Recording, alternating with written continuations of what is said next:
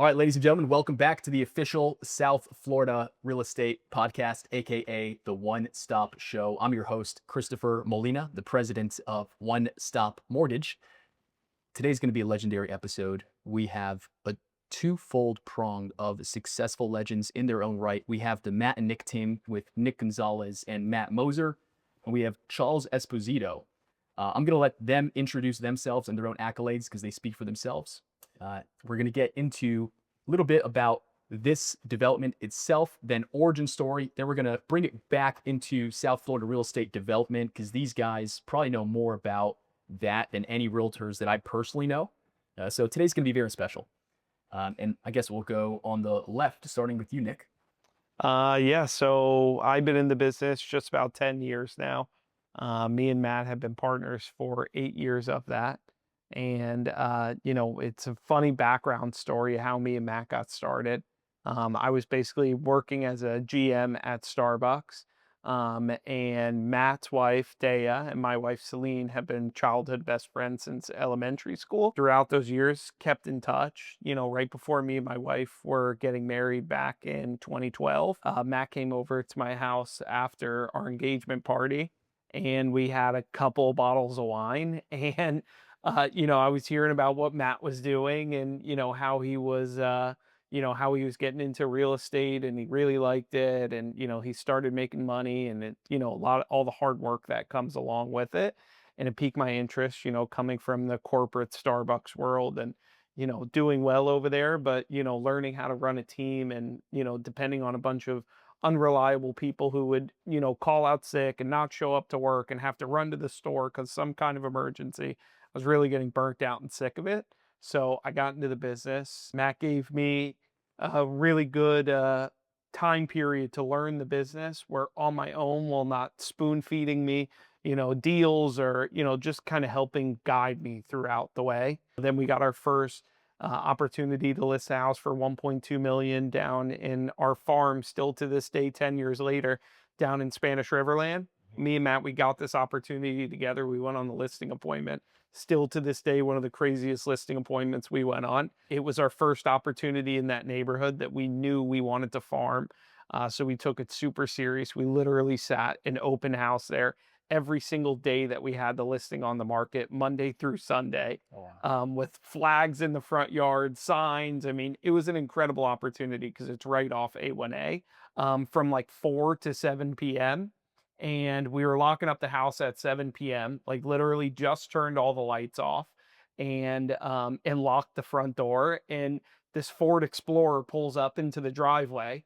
And Matt and I are like, oh my God, are you kidding me? Like, our wives are going to kill us. It's so late already, So, this guy comes out. He's like, hey, I want to see the house. And we're like, all right, well, we just locked it up, but like, we could totally open it up. Like, let's go check it out. Never judge a book by its cover. Never One judge. of those situations. Yeah, for sure. And then we showed him the house, and literally till 8 o'clock, an hour later after seeing the house, we're in his condo getting the contract signed for that house, and then driving back to the seller's house at 9:30 at night and getting them to sign the contract. And that's how we got our first $1 million deal done. Wow. Yeah. During that experience, I was like, if a guy like Matt would stick with me through this whole way, not judge a book by its cover, do what it takes to close the deal that night, that, he could have made 100% of that deal. I could have made 100% of that deal, but we chose to do it together and split it 50-50.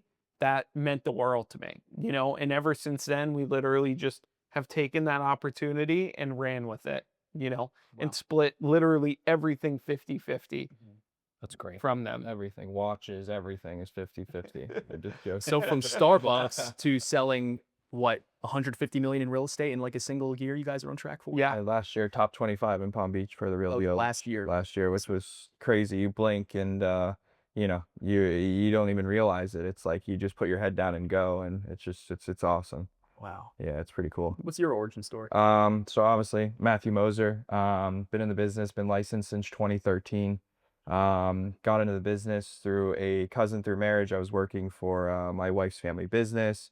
Got into the business, was, just trying to make my way. It was in 2012, 13, just trying to figure out, coming out of the crash and, good deals happening and all of the above.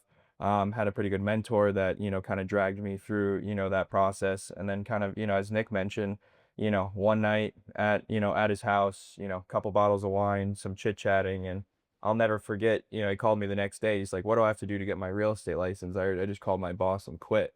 And I was like, "Whoa." I'm like, you're really doing this?" And he's like, "Yeah, I'm doing this." So, Literally, that's how it went. yeah, Yeah, it's yeah, like yeah. straight out of the Wolf of Wall Street. Next day, Oh, Paul, right. Yeah, and a couple weeks later, his boss begged him to stay through Christmas time, I think it was. Yeah. As it was such a busy time of year. So I think you gave him like 2 or 3 weeks just out of, good business and respect for him. But long and short, went and got his real estate license. And kind of like he said, it was just like we always had a friendship from, when we met through our lives. And then it was one of those things that he was just, he always had that dog in him. He would do whatever it takes to get a deal done. And, I feel the same way about myself. It's like whatever it takes, you're gonna do, whatever it is to get a deal done. So it was, him coming to the business, him putting deals together at such an early stage of like, it took me years to do this, and you just give him little nuggets of things and it's just like he's running with it. It was almost like it didn't even need to be talked about. It was like, we're gonna go forward and do whatever we have together. If it's family, if it's friends, if it's, there was never any hard feelings, any of that. And fast forward, 8, 9, 10 years, it's fantastic. You go on a vacation and you know that he's holding down the fort no matter what, and you can go and get that family time and enjoy it, and vice versa, or something pops up with the family and it's like, "Hey, I got to go to the kids' school for this." And he's going to fill in, and that he's going to fill in at the highest level. And, that's what's difficult, in this business. You could get people to fill places, but is it going to get filled at the highest level? Well, doing this for 9 years, I think a lot of people can really take notes on how to have a successful team, because I've seen so many teams come and go Right. in this, especially, in real estate. Right. And for you guys to have that unity and that bond, it seems like you've pretty much developed a snowball that just gets bigger and bigger and bigger. Yeah. Yeah. I would agree. We came into the business with once we took that first opportunity, we really felt like we had a point to prove. Like our whole business, um, has been built on picking up the crumbs from these bigger agents that are out there, So we're in a world now where people don't want to work with team members. People don't want to feel like they, you know, had like the old, like in the car business where, the guy sells you the car and then they transfer you to the finance desk, and then you never see the car salesman again. He's back to, he's back to shopping with a new customer. So that's what happens a lot of the time in our world is people, listing, the big dog listing agent goes in on the listing appointment, but the person who's actually physically showing the property, giving you feedback, doing all the small, minute things of the business gets lost within the team member who you end up being working day to day with. So still to this day, whenever we get a listing, people only deal with Matt and Nick. We're the only one showing it. We don't own one lockbox.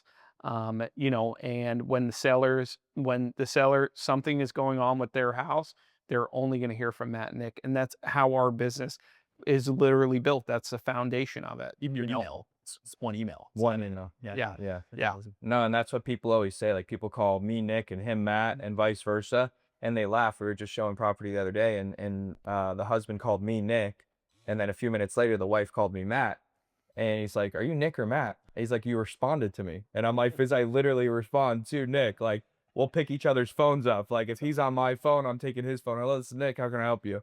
It's just like we've somehow figured out just this, way to just ingrain, if there's something going on. Last night, Nick was negotiating out a deal. I had a birthday party at my house. Nick was dealing with a deal, got off the phone, and it's a 4 sentence text, but it's like, "Hey, this is what's going on," whatever it may be. So if I need to pick the pieces back up, an hour later, I can pick them up and be totally engaged immediately. And it's just a streamlined thing that we've done, and it's just, it's working, thank God. Wow. Now, were you married to your wives before you both met? I was married. No, got married just after. So, we were together. So my wife, I've been together since 2010. High school sweethearts. We've been married since 2016. You got married what, 2012? We got married in 2014. 2014, so 2 years prior. Wow. And then my wife and his wife, as you kind of mentioned, were childhood friends to the point of like lived in neighborhoods across the street from each other, driving around, golf carts in West Delray together, all of the above. They grew up together, same high school, all of the above. And then again, we just kind of crossed paths, and it was just, it just worked. Which is, just a testament to hard work and, just being transparent and honest with each other, and if that's something we've always done too. If there's something that, is getting under my skin or vice versa, just communicate that and change it. And, it's just a clean line of open communication. Man, there's so many things that I want to unpack from that. Now, Yeah, definitely. Charles, so 14 offices that Charles has. He is probably has more transactions, as a title company than I would say most. Like, what do you guys ranked in Florida? Yeah, so interestingly, real estate law firm, not title company. So you guys may not know this, but you know this. You can look up the numbers from a title company. You can't look up my numbers because I'm not a title company. I'm a law firm. So I compete with title companies. And Charles, JK Closing Attorneys, the owner and managing attorney, and been doing real estate closings for about 15 years now, and about 8 with JK. The JK comes from the law offices of Joseph Cohn. I bought him out about 8 years ago now, and we've been growing ever since then. Started off with 3 offices and about 10 employees, and now we have 14 offices throughout the state of Florida and about 30 employees. So we can close anywhere in Florida, but we have offices Miami Beach all the way up to Tampa. It's interesting that title company, and for those of you that are watching, listening, you may not realize that you don't have to be a lawyer in Florida to do a real estate closing. A lot of other states, you do need to be a lawyer. And in Florida, you can be a title company and not have a lawyer do your closing, which is interesting. So, I always say to people or clients when they ask me, do I need a lawyer to do a real estate closings? Well, you technically don't need a lawyer to represent you in court, but if you're on trial for murder, would you want an attorney representing you? And not that real estate closings are murders in murder trials, but for a lot of people, this is the most important and biggest investment in their life. So, they want to have that support. And now, especially in Florida too, we have a lot of buyers coming down from the Northeast or states where they are used to dealing with an attorney. So, they want to have access. They want to have access to an attorney, and we work together really well with realtors and with lenders to make it happen for clients. So I just totally respect everything that you guys were just talking about, especially being business partners. I've had business partners before. I don't have any partners right now, which is fantastic. I just get to call all the shots and make all the decisions for the company. And it's incredibly difficult to work with a business partner and be on the same page all the time. And just listening to you guys talk about that, you're just in sync with each other, and that's really, really important, in terms of running a healthy business. So this is, why you guys are successful. I can just tell from the way you're talking about each other. For sure. How do you feel about, we heard from another agent the other day about real estate agents buying into like a bigger title company conglomerate and getting like revenue share from that? What are your thoughts? Do you on that? think We the- thought that was so interesting. It's not something I don't think we would ever do. It was just such an Do you interesting. think the business is headed there though? It happens all the time. If you think about these big brokerages like Berkshire Hathaway, Keller Williams, some of these other companies, they own their own title companies too. What I've noticed, first of all, there's not a lot of money in title. Yeah. Okay. If you can figure out numbers that real estate agents make, that lenders make on transactions, a title insurance. We're going to get into that. Yeah. A title insurance policy is usually like 0.5% of the purchase price. It's not a lot of money. And then I have to split that money with our underwriter. Right. And in Florida, it's a 70-30 split. In other states, it's different. It could be 60-40. So there's not a lot of money to begin with. When a brokerage is partnering up with a title agent and they form a joint venture, They open up a title company together, and then what I see and ending up happening is the title agent doesn't have to market anymore because there's a financial incentive for the realtor to refer the title agent the business. Right. Now, you guys as the realtor or the broker have to rely on that person who doesn't have to go the extra mile to earn your business. And if the deal closes, it closes. If it doesn't close, it doesn't close. Because guess what? You have to refer your business to them anyway because you own part of the company. Why would you refer it to me? Right. One of the reasons I'm a law firm is not only because I can do more things as a law firm, but that's also my excuse when some realtor comes to me and says, "Well, why should I send you a business?" Well, I am a law firm. I can always give you legal advice as an agent. I can give your clients legal advice. I'm not a title agent working at a title company that says, "Well, I'm the closing agent on this transaction and I'm not an attorney, so you need to now hire an attorney." When you are an attorney working for a title company, that's your boss, the title company. So the advice that you're giving is on behalf of the title company to protect the title company, not for Matt and Nick's client, not for your buyer or seller, Yeah. right? So there's a conflict of interest there too when you're an attorney working for the title company.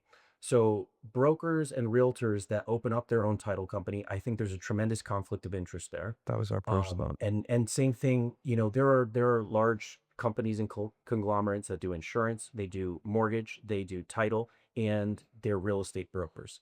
And really, the brokerage is the core of the business, and then they're feeding all of these other businesses. And all of these other businesses don't have to do anything to earn the brokerage's business.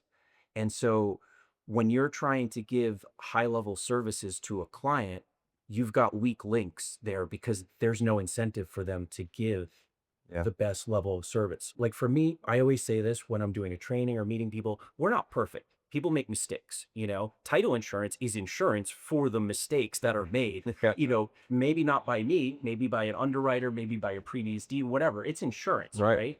right? But the processes of the company that you're using, whether it's a brokerage, whether it's a lender, title company, law firm, the processes are guided by who's running that company. Right.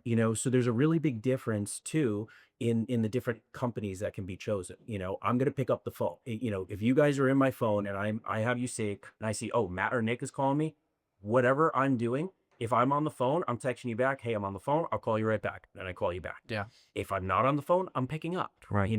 My day is doing things like this, doing marketing and answering phone calls for realtors and clients and reviewing contracts. And then the 30 employees, the 14 offices, they're my support team to make sure we get everything done. Right. And then I make myself available to do the things that clients want. They want access. How many times does an attorney not answer the phone? You can't get them. Or, I don't know how many times you've dealt with an attorney where we want to close on a Friday. And maybe the closing date's not that Friday. Maybe it's the next Monday. And the assistant at the office says, "Oh, he's left for the day, because he goes out on his boat or whatever, We don't do that. We're close the deal, We had an attorney email us the other day say, "We can't review your seller's docs because we're too busy. And we need to sign our client. Yeah. We need to have those docs approved in order to sign them." We don't do stuff like that. There's a lot of different things that happen that have way more to do with the processes. And when there's no incentive, to go back to your original question, when there's no incentive to give high level services, those processes aren't the best, and so I don't really even compete with title companies or with law firms. We're kind of like in our own little niche, because we're priced like a title company, but we're a law firm, so we're able to get legal advice as well. It's great. Where are you from originally? Connecticut. So originally from the Northeast. Maybe that's a little bit something you talked about. Both of you talked about hard work, and you saw in him, that he would just, do whatever it needed to be done. That dog mentality. Yeah. I feel like that's like a Northeastern type thing too. You just have to get stuff done. And all of us in real estate, that's our job. Get stuff done. Very little of what I do on a transaction is actually legal advice. It's just about getting stuff done. When you were pulling up, you mentioned that your career almost started in this area. Yeah, down here in Florida, it did. So right across the street, there is a building on the corner being built. Previous to that construction, my dad and a business partner owned that building, and they owned the 10-unit condo complex across the street. That was my dad's first foray into real estate investment in Florida. And right when I got out of law school, I went to law school in California. I came down here and helped him purchase those properties. And then his business partner and him ended up opening up a drug rehab, which Delray Beach, Florida was like Yep. the rehab capital of the Yep. world. And I became the executive director of that drug rehab as an attorney, but it really was a real estate play. We ended up having a 10-unit condo complex, a triplex, a duplex, a single family home, a residential office space. And then we ended up selling that company. It was our exit about 10 years ago, a little bit longer than that now. And, but yeah, it was right across the street. So I came back That's to so funny. this is amazing. I think that's the perfect segue to talk about this development. Yeah. Definitely. Absolutely. So, yeah, we have a gorgeous project that was completed and executed by Stom Development Group, Delray's biggest developer that's down here. Yes, yeah, they have so many projects in the ground. Definitely encourage you to go to their website to see all of the projects that they have, in the ground or completed already. This is the latest one that they completed. It's 6 townhomes. We're 50% sold out here. We have 2 different floor plans to choose from, anywhere from 3,800 square feet to 4,700 square feet. Definitely the highest level of design and finish of any property Matt and I have ever sold. Not the most expensive, but when you look at the finishes, you look at the quality, you look at how Shoreline Building Group, brought this project to the finish line. It's unlike anything we've ever sold before. So, Estetique was the design firm behind it, which I think was a very integral part where they kind of, Delray kind of has its own look, what's worked. And when Stom came down here, it was probably 5-ish years ago now, came down here, well funded from Philly, built up there for a long time, came up here, gobbled up some land. They really, I think, just wanted to come and shake some trees. And when they came down here, I think Estetique came in and they did just so many really cool things with just curvature, in tray ceilings, the staircase that goes up, it wraps around. This, how it's molded is like when you break your leg, or you put a cast on, they mold the staircase, which just makes a really cool architectural feature that you go into, a lot of the builds, not that there's anything wrong with them or any of the above, it's just a certain look. And this is just such a different look, which is, come off really well. We have 3 of the 6 sold. We're about to have CO in the next, 2 or 3 weeks. We have TCO on all the units. But really good feedback, which is, it's groundbreaking for Delray, just because it's such a unique project. Where do the materials come from? I mean, really all over. They're waiting on material right now, some furnishings and stuff that are coming over from, Indonesia. yeah, Yeah. all over there, all of this marble and stuff's imported from Italy, cabinetry, just all over the world. They basically just went around and sourced, all of the best products that they could find, came in, and then, Shoreline is basically the ones putting the product in, and they've just absolutely crushed it here. And Stom's been a great developer to work for. I mean, talk about a developer that puts their agents in the position to be successful. They provided us the best product. They provided it on time. They made it, when we were selling these pre-construction, so easy to do because they have a gorgeous office down here in Delray. We go down there, we meet Emily, Taylor, and Seth, and they got a gorgeous conference room set up with coffee, the renderings, the floor plans. I mean, they're the furthest thing from leaving you hanging and saying, we did our job, now you do your job. It has been a collaboration since day one. And this has been an opportunity that has grown our business. And, we're looking forward to selling this out and doing many more projects with them. So speaking of day one, how did you develop that relationship with So it was funny, actually, when we came over to Sirene, Christian, our managing broker, he's had a relationship with Stom for, a long time. And Christian, kind of stepping back from his role of selling, and becoming the great leader and great broker that he has become, knew that, even though he had a $35 million project in front of him. It's now my time as the broker to watch my agent succeed, you know? So Christian set the initial meeting with Stom. And, you know, I feel like we knocked it out of the park. We really just clicked, you know, we all have a very similar personality. And, you know, needless to say, having the Sirhan brand behind us is what really won us the opportunity. With our previous firm, yes, Matt and Nick were there, but we didn't have the backing of Sirhan and their new development team, you know? Development team like absolutely crushed it here. We were able with, Stom has a great team, which then gave us all of the materials, all the things that we needed. And when you go on Serene's website that, Sirhan created, it's, it has all of you know what you're buying. And prior to it being finished like this, we sold 2 of those 3 units. Prior to, the buyer has the confidence of being able to go through and seeing like, this is the model number of exactly what refrigerator I'm buying, to the door handle, to a faucet, to everything in between.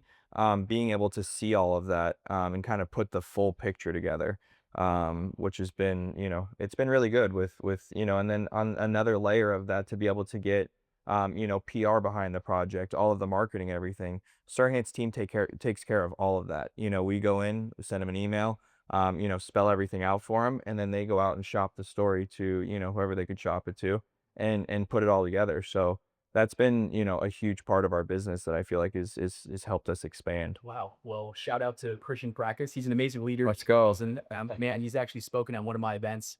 And I think I'm unbiased when I say this because obviously Sirhan, mainly cash. You guys don't do, ton of mortgages. I don't know any broker like Christian Practice who genuinely tries to pair agents with developers. Yeah. Yeah. And that's what's cool is a broker that's stepping away from selling and putting us in the best position possible, putting the trust in us to trust us with a relationship, like a Stom development. I mean, I would be shocked. I haven't looked at the numbers, but I would assume Stom is the largest developer in Delray right now. Dozens of projects done in Delray. To put us in a position to be able to sit down and have a meeting with him and to trust us, with that was, just awesome. So, what is it about the Sirhan brand that carries so much weight? I think it's kind of a little bit of a lot of things. Obviously, you have, Ryan as a whole, who, Ryan is just always, Ryan Sirhan. He's always promoted himself as just a class act guy. Obviously, you have the TV Ryan and all of the above. But part of us coming over was sitting down with him, and having a 2 or 3 hour meeting and just sitting like this on couches in a house in Delray, and just realizing he's just a normal dude, that is looking to grow himself and looking to grow others. Super involved in our business, and that's kind of Ryan from one standpoint. And just the way his mind moves. His mind moves so quickly, which you can learn, little things from. So, Ryan as the leader is kind of the tippy top of that. And then really the mindset on real estate that he had. Prior to him growing his company, he, would go to, a few other companies, and they just weren't on the front end of technology and where things are going. Like, listen, the world's filled with AI right now. How can you utilize that to still keep the personality in it, but make your life a little bit easier? He's developed the app that, he's spoken about, Simple, which is huge for us because you could, talk to your phone, like it feels like a fictitious character, but can spell out anything and really everything you need. Write me an agreement for this, run me a CMA for this. I mean, anything you need, a full marketing deck for this building in wherever. Spell all that out for you, and within, 24 hours, you have everything you need. So it's just one of those things. We're sitting here doing this for marketing purposes and such. I can leave here, get on my phone, and catch up on everything within, just expedite things. So I think it's, just utilizing, giving us more time, to do what we do best. And then Sirhan as a brand is really been making waves down here. We were third in Delray, to close the year out last year. Being 18 months, new in Delray, to be third in Delray is a big statement. He went from 1 agent to 70 agents in 2 years. I mean, that's some, big waves. And we saw, You guys say no to a lot of real. Yeah, yeah. something. And what was really attractive to us is we back to picking up the crumbs. we started as the new guys. So the fact that Sirhan was coming in and we were getting in early, and we knew we would get seniority and priority coming, being the first 2 agents to sign up alongside of our good friends who we work with, Devin and Yuri. We knew that would come with seniority and priority. And Matt and I knew, very early on, that being the new kids on the block, that when these big opportunities came up with Stom, with, big waterfront opportunities in Boca, we knew they would be interviewing the Douglas Ellimans, the Compass, and they would just have to try to see what Sirhan has to say. You know, you always, when you have, think about it, when in school, when the new kid came in school, you wanted to talk to him, to just feel him out. You know what I mean? To see who he was, where he came from, so on and so forth. So being the new kids on the block, we knew all we had to do was get our foot in the door and we would be able to close the deal at that point. We saw that angle very early on, and that's what really attracted us to Sirhan. What's going on, guys? It's Chris Molina, and I know the show's getting really good, but real quick, if you need anything, we're not here to sell, we're here to solve. We're a Christian-based company with Bible-based core values, with over 496 financial institutions that we shop from to get your clients the best rate that they qualify for on the market. So whether you're a realtor, an investor, or a home buyer, reach out to me personally at 561-475-4111. Now let's get back to the show. Seemed like you had something on the tip of your tongue. Yeah. So you guys said 2 things that resonated with me, and I'll tell you a story that you guys don't know. But you're talking about Christian, first of all, introducing you to the developer. And I have agents that come to me all the time and ask about different brokerages. Oh, I'm looking to make a move. Where do you recommend? Because we work with a lot of different brokerages, a lot of agents all over the place. But the fact that Christian was just introducing you to one of his clients and kind of letting you run with it, that's very unique, especially in Florida. I don't know what it's like in other states, but there are not a lot of brokers that don't compete with their own agents. And it's weird to think of it like that, but there are a lot of brokers that they are competing with their own agents. And it's almost like, why would you be a member of this brokerage, if the broker's not helping you grow? And so that really resonated with me when we were talking about that. And so Sirhan has the right person, the right fit there, and I've only heard great things about Christian, over the years as well. And then the other thing is with Ryan, you're talking about him just being like a normal guy. Obviously, people know his personality, and he's a hustler. But I know an agent that might become a member of your team, and he told me that he emailed Ryan on, I think it was a Sunday. And then, this is just an email, right? Ryan Sirhan, yeah, just cold email, doesn't know him. Ryan called him Sunday night and said, "Hey, let's talk." And they were on the phone for an hour and a half talking about, potentially joining forces. And that to me, spoke volumes. But also to the agent that he was talking to is like, whoa, he answered me off of an email, and which is, for as busy of a guy as he is, and building this brokerage and building this empire, he still answered his email and called that agent back. We actually just went on a listing appointment up near Palm Beach for a big house, like $65 million on the ocean. And Ryan put us onto it. It was a house lead that came from up north. And we had a interview with the seller, a couple of interviews, and ultimately we don't have a tremendous amount of sales in Manalapan and Palm Beach. You know what I mean? So we were doing the best that we could to sell ourselves, and how hard we would work, and our 150 million in production last year. And ultimately the seller decided to take a different route, but offered, the listing to Ryan, to service himself, if he still wanted the opportunity with it without us involved. And Ryan denied that opportunity, and, really had our back and said, listen, Matt and Nick are, one of my best guys down there. And if we don't feel comfortable with them representing the property, we don't want, Sirhan to necessarily be involved with it. at this point Right. if things Not gonna be change the down the road. it's not gonna be the best fit for Sirhan, and that's what I think is so cool about the agents he brings in and, you know, willingness to take listings. Because listen, I mean, $60+ million house, there's a lot of money, you know, on the line there, and to know that, you know, that the service level isn't gonna meet Sirhan's brand, he was, you know, willing to pass on it. And we both looked at each other and we were like, We're working for the right person. this is a high level know? guy. Like Yeah. this isn't, you know, this guy is Money doesn't motivate him. no. Right. Did you guys get the listings? No. No. So that's an even more powerful story then. Yeah. That's what made it Oh my like, whoa. goodness. Wow. Yeah. And you know what? Speaking on that point, when I first met Ryan Sirhan, my baby was 2 months old. My wife and I just had our first, I remember this. and he was the most down to earth, like humble, kind person. He was so nice to my wife. He was talking to my baby. My baby can't even talk to the right. And it's incredible. And there's so much arrogance and entitlement in South Florida, especially for anyone listening. Maybe you're new into real estate. You know, embrace that humility. Don't be arrogant, especially when you're coming up. Yeah. For sure. It doesn't. And that's something we saw in Christian right away. Is he's a selfless person. You know, he loves this brokerage. You know what I mean? Like this is his life right here. You know, and the fact that the company that we were coming from, we were always competing with the broker. You know, it was such a different kind of atmosphere where it was a run for top producer every year.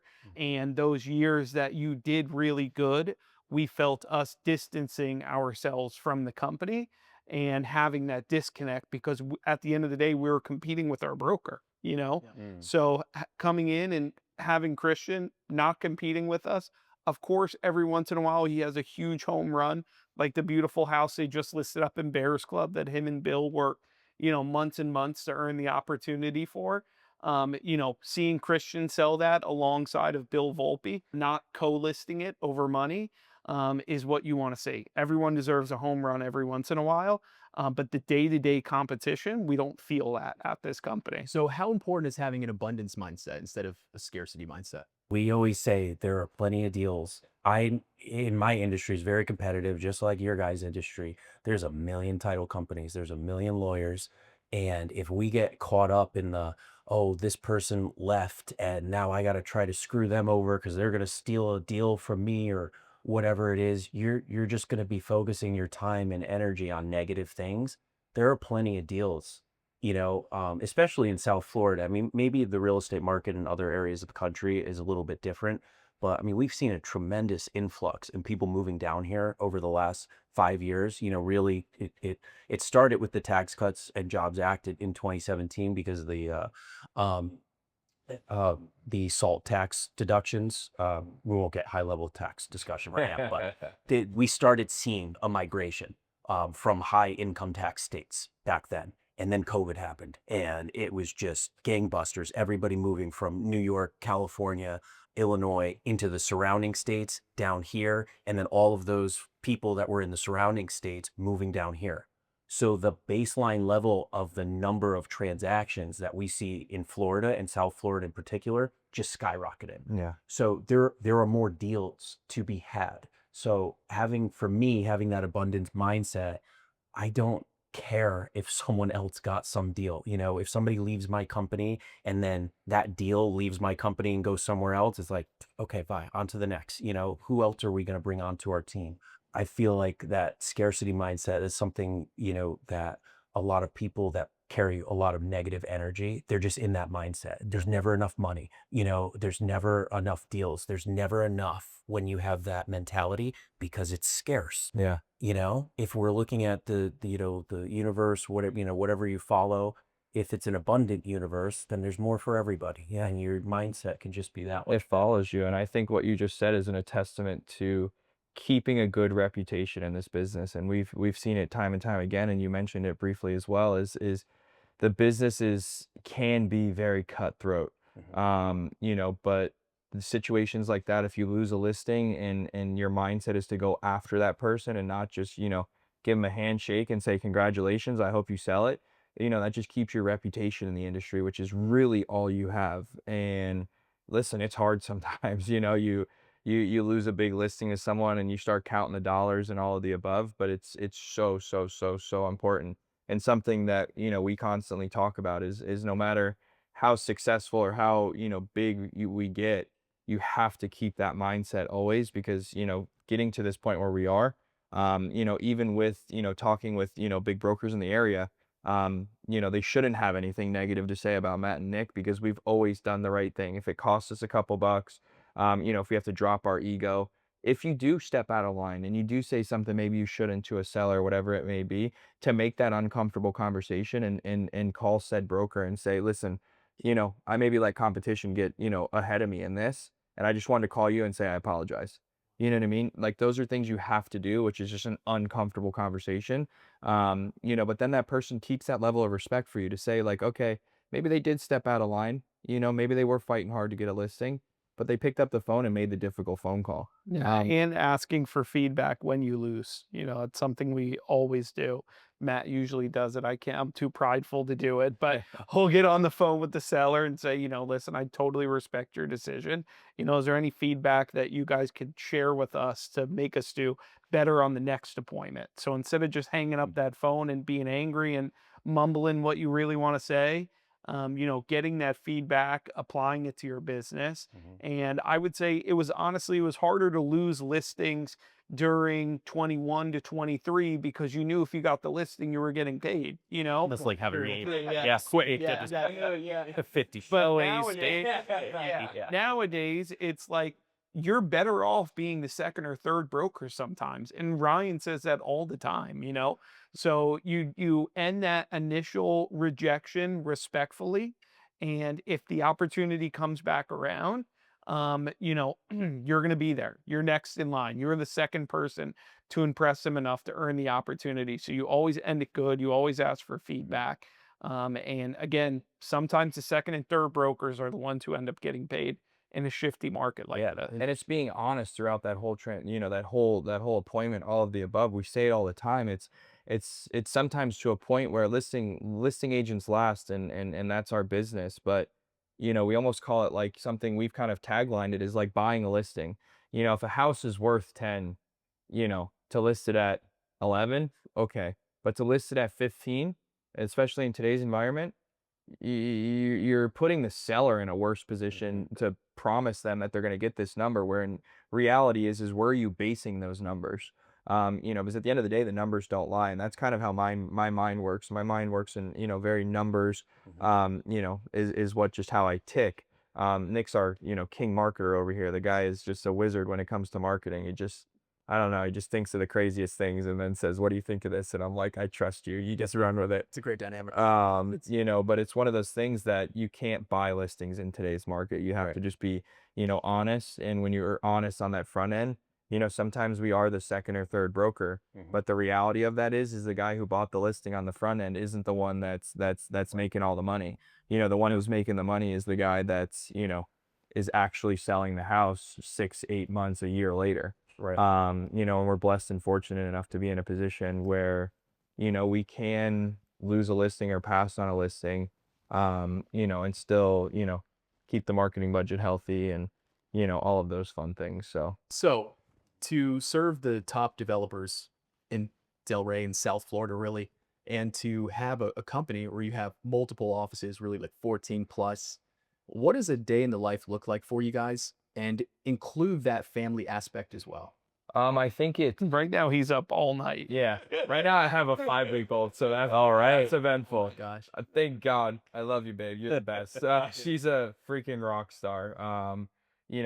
Honestly, just like we communicate, and like we communicate with our sellers, something my wife and I have been together since high school, and listen, no relationship's easy. It's rocky, all of the above, but as long as you're always there for each other and you just simply communicate, and listen, there's weeks, it was last week. It was just like, we were back to back to back to back to back. There was a couple 7:30 nights.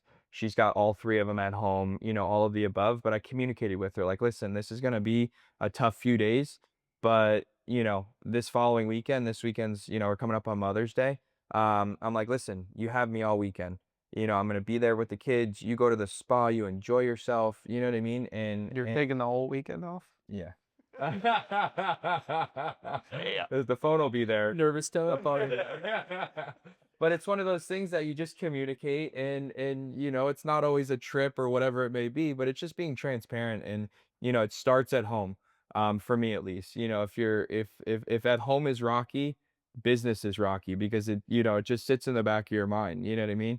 So it starts there. And then, you know, developers, listen, you know, developers are, they're needy, you know, they want a lot, they expect a lot, which is understandable. I mean, listen, there's a lot of money, you know, time, energy, you know, things invested, you know, in these projects. But again, it's, you know, say what you do and do what you say.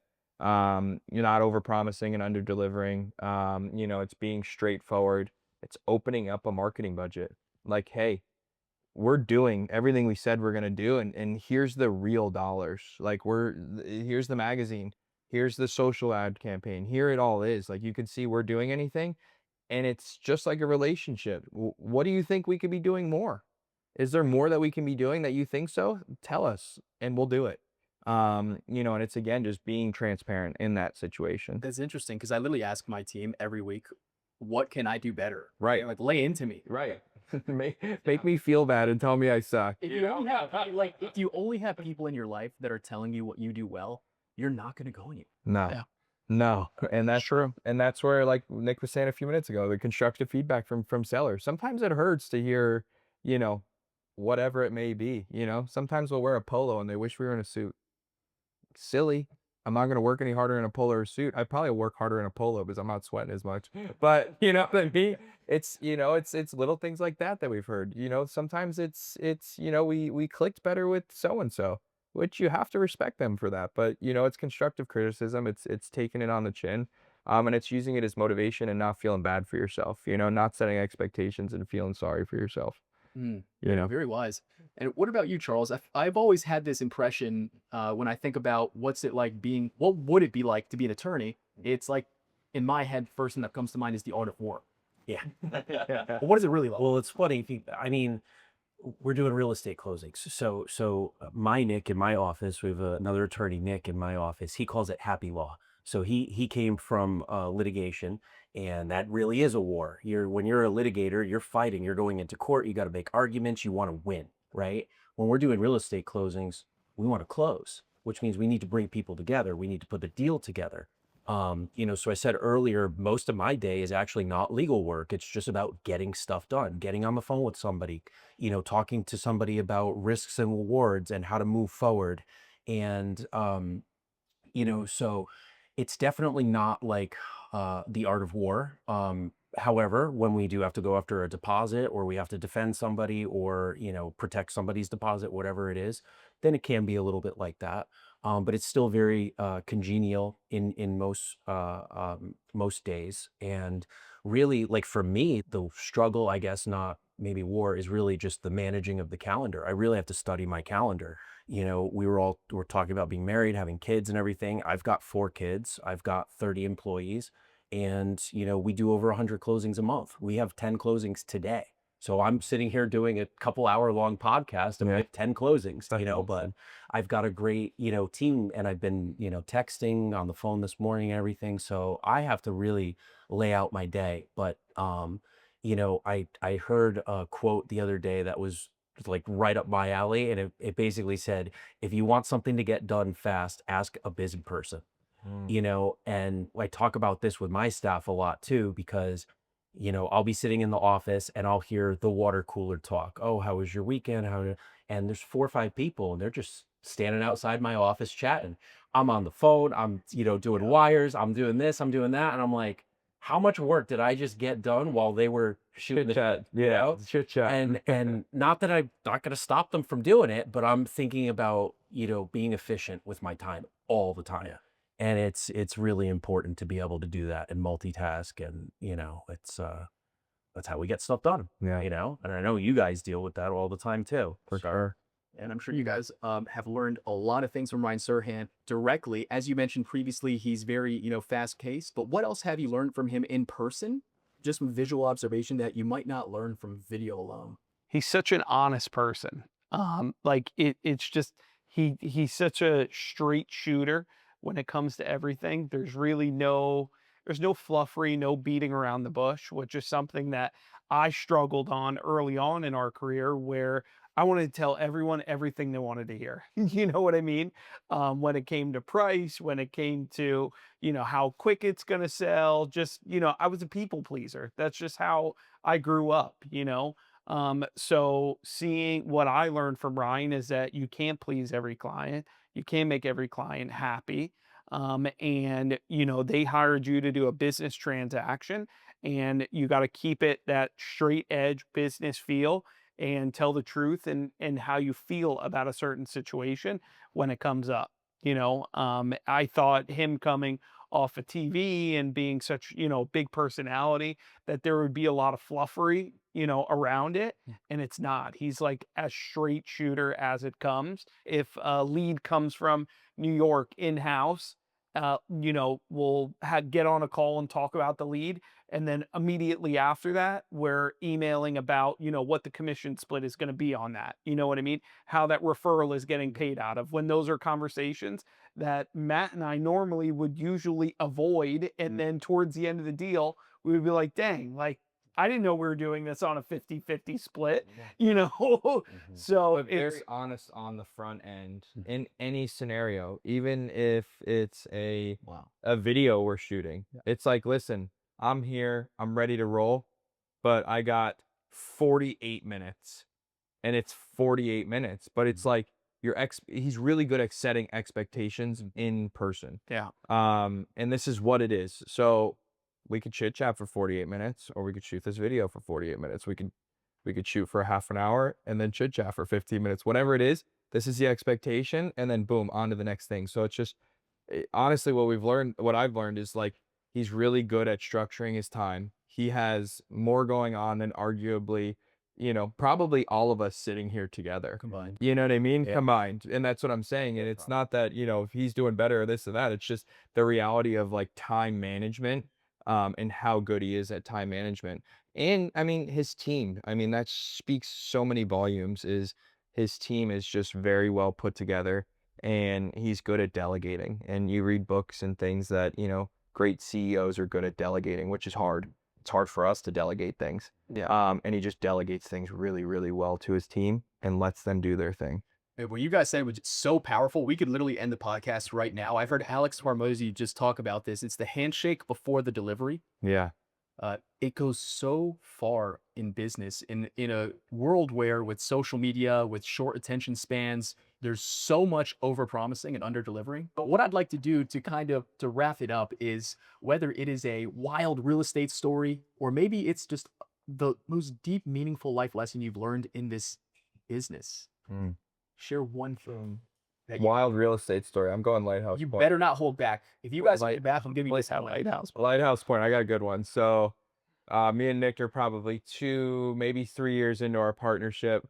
We have a house. It was in Lighthouse Point that we had under contract. We were under the understanding that the windows were impact windows, and they ended up not being impact windows. We were like 8-10 days out before closing. And this was a big deal at the time for us, 800-900 grand. We're like, we got to figure out how to close this deal. So we're like, what do we do here? So literally for like 4 days straight, me and Nick, we went to Home Depot with a contractor, bought all these windows, all different Home Depots, this one, to source all of these windows for this. It was fun. And me, Nick, and this contractor were putting in these windows because we had to do whatever it was to get this. The buyer was like, listen, if we don't have these windows in, I'm not closing. So me and Nick for 4 days, like 10:30, 11 o'clock at night, Putting in the You guys ever installed windows before? never. No. Never. Lighthouse Point, the zoning and Code enforcement came by. We had to talk our way out of that. But long and short, we got those freaking windows in, dude, and we closed. That was It was wild. We were there till like 11 o'clock at night drilling windows into the house. What lesson did you learn from that? Ooh. You got to do whatever it takes to close the deal. Simple as it sounds. You know what I mean? Like, No agreement. every yeah, no better contract. Today we'd pay double for it. Yeah, today we're at a financial position where it'd be like whatever we gotta pay to get it done. Yeah. Then it was like whatever it took, Which was I got a really wild story that goes back to title work too. So oh this one day me and Matt were sitting in the office, and we used to call like a lot of for sale by owners, expireds, all that stuff. So I get a Zillow update that a piece of land in Spanish River Land came to the market off of Coconut, which is one of the best streets in there, and it was listed for 1.2. And the market for that property at the time was probably 2 million to 2.5 million, somewhere in that range. So I'm like, dude, this is like the deal of the century. So I'm like, we need to buy this ourselves. We need to go all in and buy it. So we write up a contract for it. We submit it. We call the seller. She's like, okay, you guys are my first offer that I have in. Like, I'll send it to me for e-signature. I'll sign it and get it back to you. So she signs it. We get the contract back. So now we have an executed contract. We don't know how we're gonna buy it. And I'm like, dude, something like doesn't feel right here. Like how are we buying this for $1.2 million? Like these people live in California. I know they're absent owners. It's a piece of land, but like something doesn't feel right here, So we start doing some digging on the property, and we call the actual owner of it, who doesn't pick up. I've tried to call these people for years. Remember, it's in our farm neighborhood. So, we cold call every single person in there. I called them. It went to voicemail, of course. I left them a voicemail. I said, I think you're getting scammed. My name's Nick. You can look me up on Zillow. Like, I really would appreciate if you would call me. I think you're getting scammed. Give me a buzz. So I get a call like an hour later from the actual owner of it.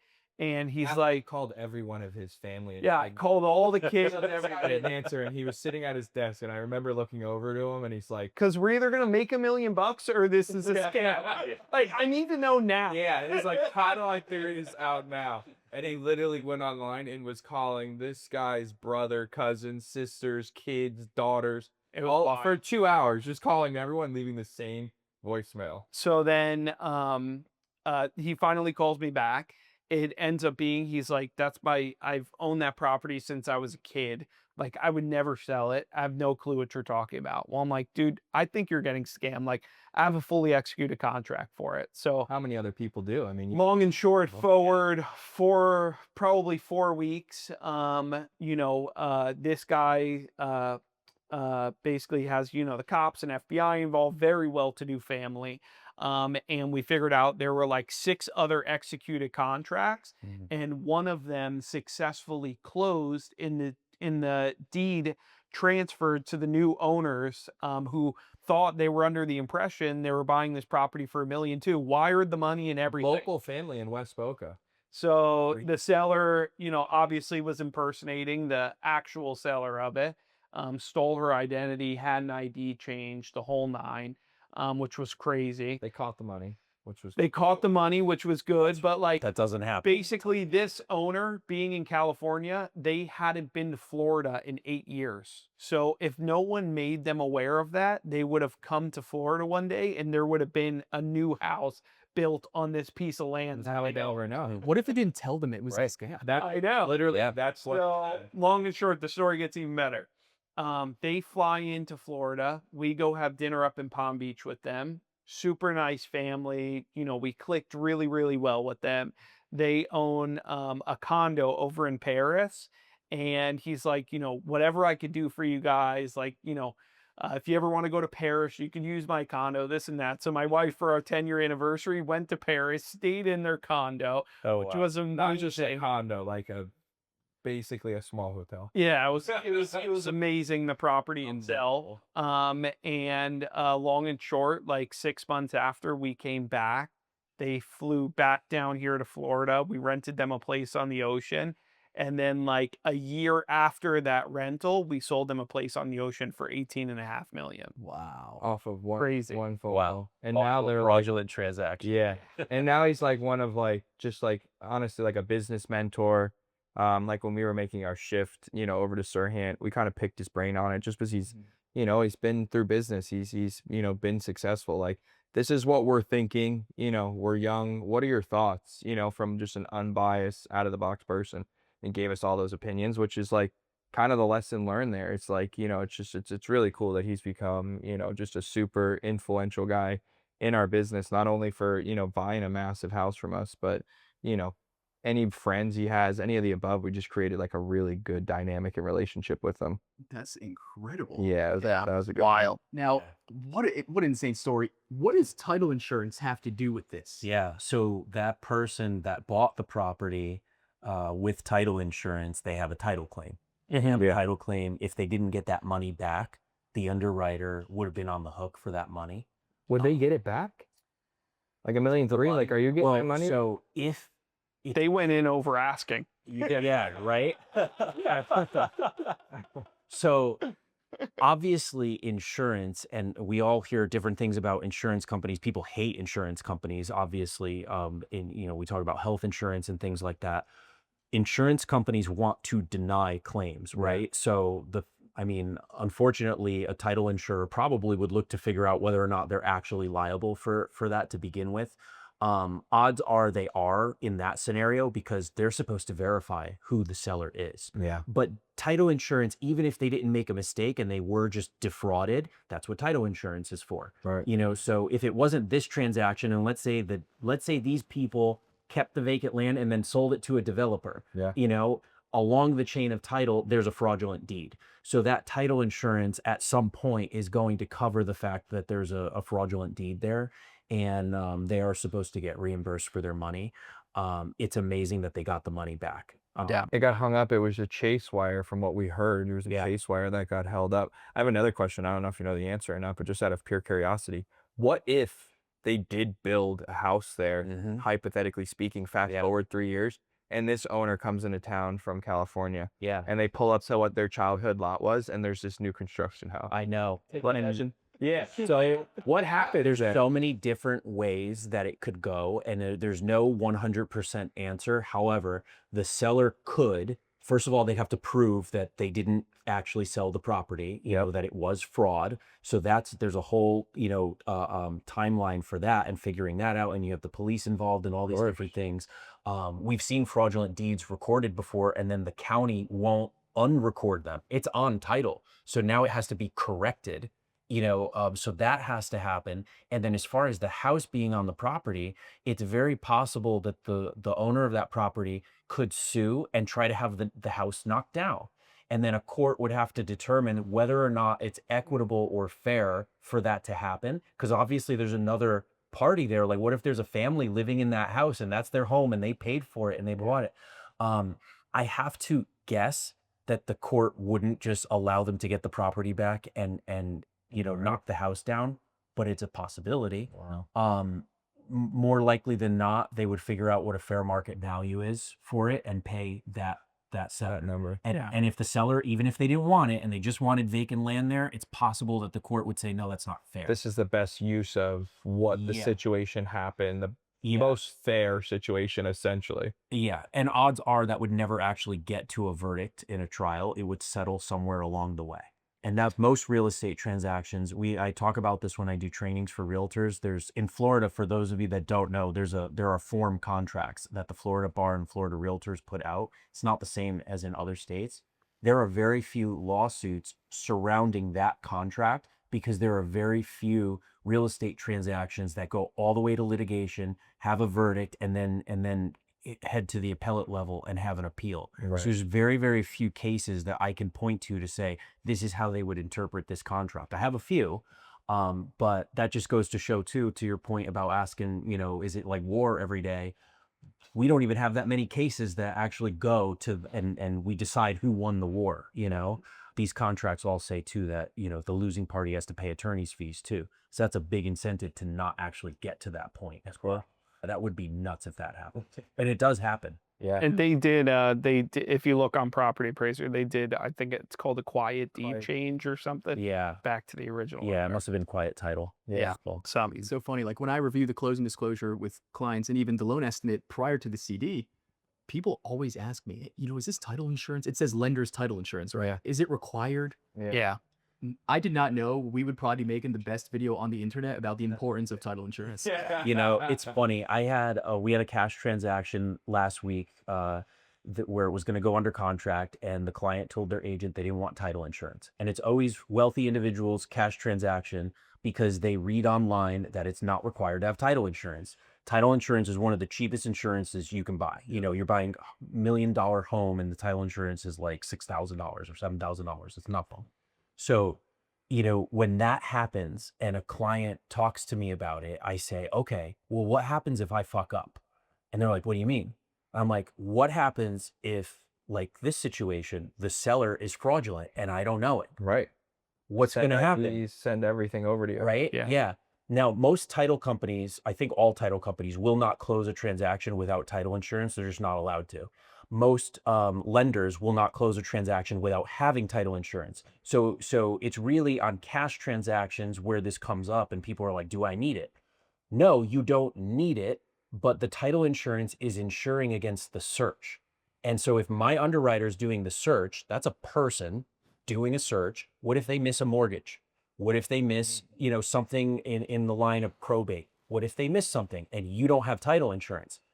Now you have no one helping you to fix that. Yeah. Versus if you get title insurance, you're calling me and you're complaining to me and I'm saying, let me figure out what's going on. Either my company made a mistake or my underwriter made a mistake or some company along the line made a mistake way back when. We had a developer that built a townhome, east and west, and they had the property descriptions backwards.